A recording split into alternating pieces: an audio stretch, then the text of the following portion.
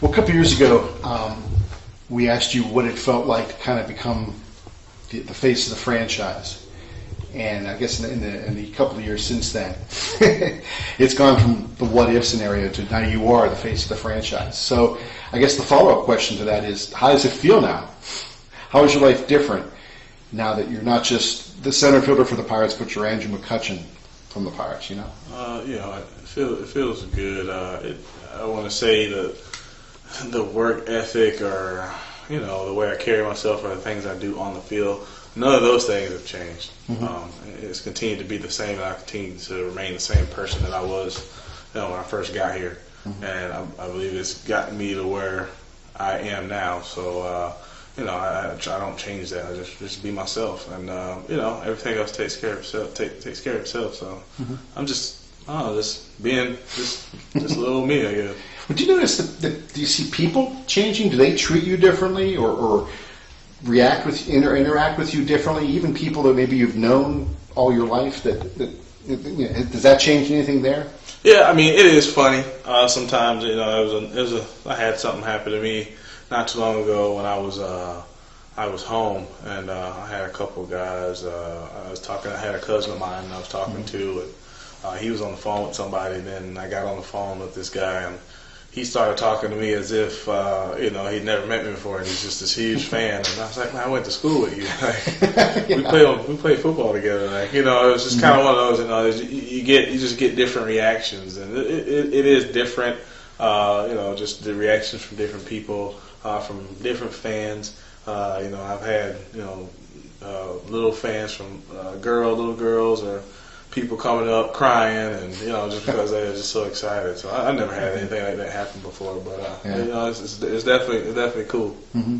Got something with Habitat for Humanity in Pittsburgh.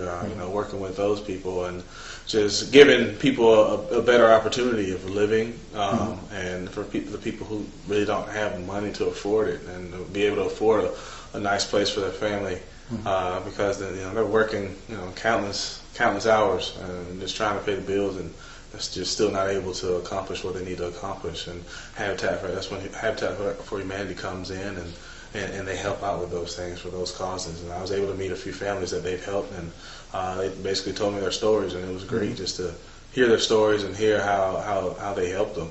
And so I definitely wanted to be a part of something like that. And but I'm working with them, and that's been the most recent. But there's a couple other ones that I've been working with, and it's just all about just trying to get them, just spread the word and help any way I can. And I don't do it for publicity. I don't do it for people to see. I do it because it's something that I believe in and something that I want to do, and I know that I can lend a helping hand with being blessed with what I've got. So that's definitely something that I love to do. It strikes me a lot of this comes from your parents. Yeah, definitely.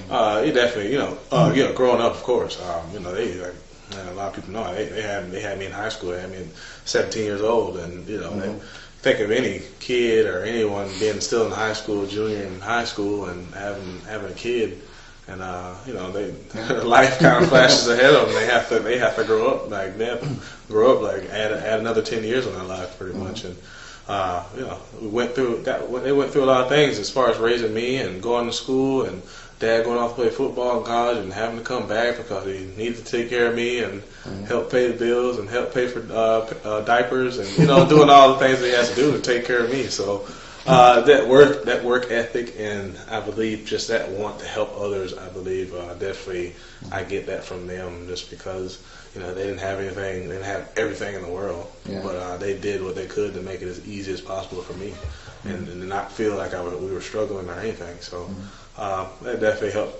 Definitely, I think that drives me to want to help others as well. You had that tweet back around Thanksgiving time of you in front of your childhood home, and you mentioned just quickly in the 140 characters that you get on Twitter about how awesome it is to come so far. I mean, when you think back, how far have you come? Did you ever really think I can get this far? Have you always been a guy that just keeps reaching and reaching for it? Oh yeah, definitely.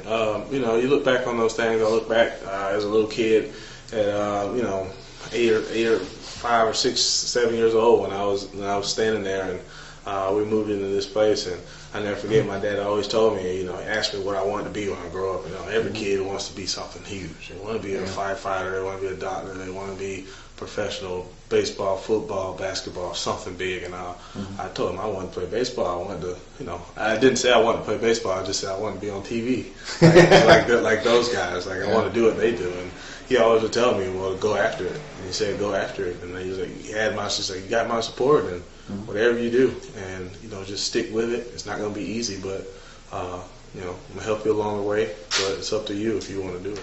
And so he always gave me that willpower to just do what I wanted to do, and to strive for it and push me and try to get there. But looking back then, I always had the belief, regardless of the situation or where I was, I always had the belief that I could get to where I wanted to go, just because I think with the help of my parents of just giving me that attitude that anything is possible and I can do it. And it's not easy, but we're going to definitely work real hard to get there.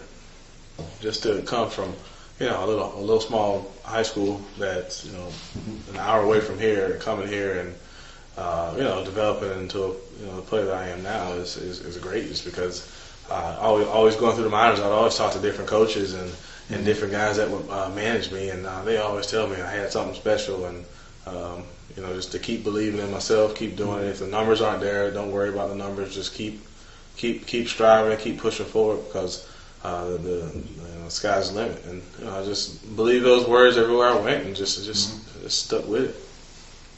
Who do you look to? Is it somebody in there? Is it somebody somewhere else? Or? Well, not to get too spiritual, but I look to God, of course. There's somebody that at the top. That's what I'm looking at. That's what I'm looking for. He's got me to where I am now. So he's definitely a person that I focus on from a spiritual standpoint. But as far as the clubhouse, I definitely look at a person like Clint Hurdle, someone who's been to where we want to go, who's been around for a long time, and just to pick his brain and to hear the things that he has to say, because he has so much knowledge, and he has so much knowledge. I mean, you just poke him, he'll explode with it all. So it's just one of those. He's one of those guys that you just love to be around, because you want to just eat up every word that he has, because he has so much of it, and he has so much that you can learn from.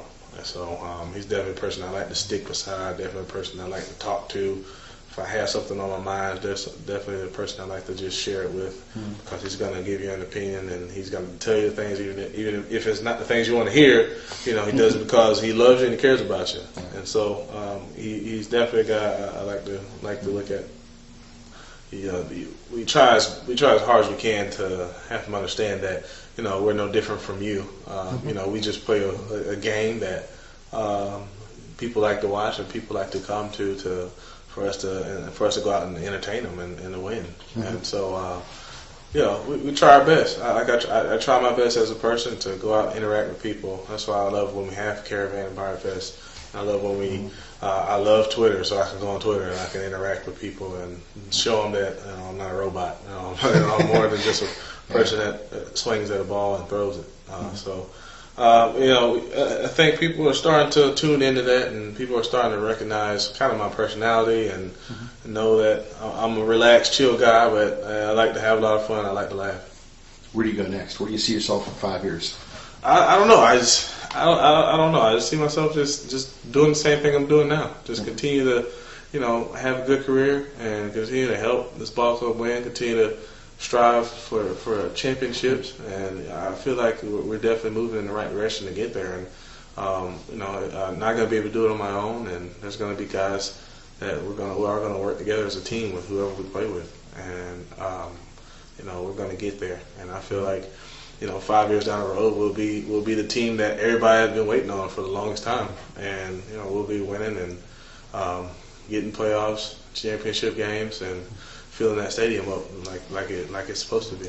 And so that's definitely something I look at as far as a professional standpoint. Personal standpoint, I really don't know. Married, hopefully with some kids by that time, but just looking forward to it, but just taking it day by day now. Has Tom Cruise reached out to you yet? Not yet. I'm still waiting for that, man. Hopefully he's seen it, but kind of critique me on how I did, good or bad. But I tried my best to to mimic him. But that was definitely fun. I know that. Hopefully I can find some more clips with him and do some more. Man. He's a pretty good actor. So. Yeah.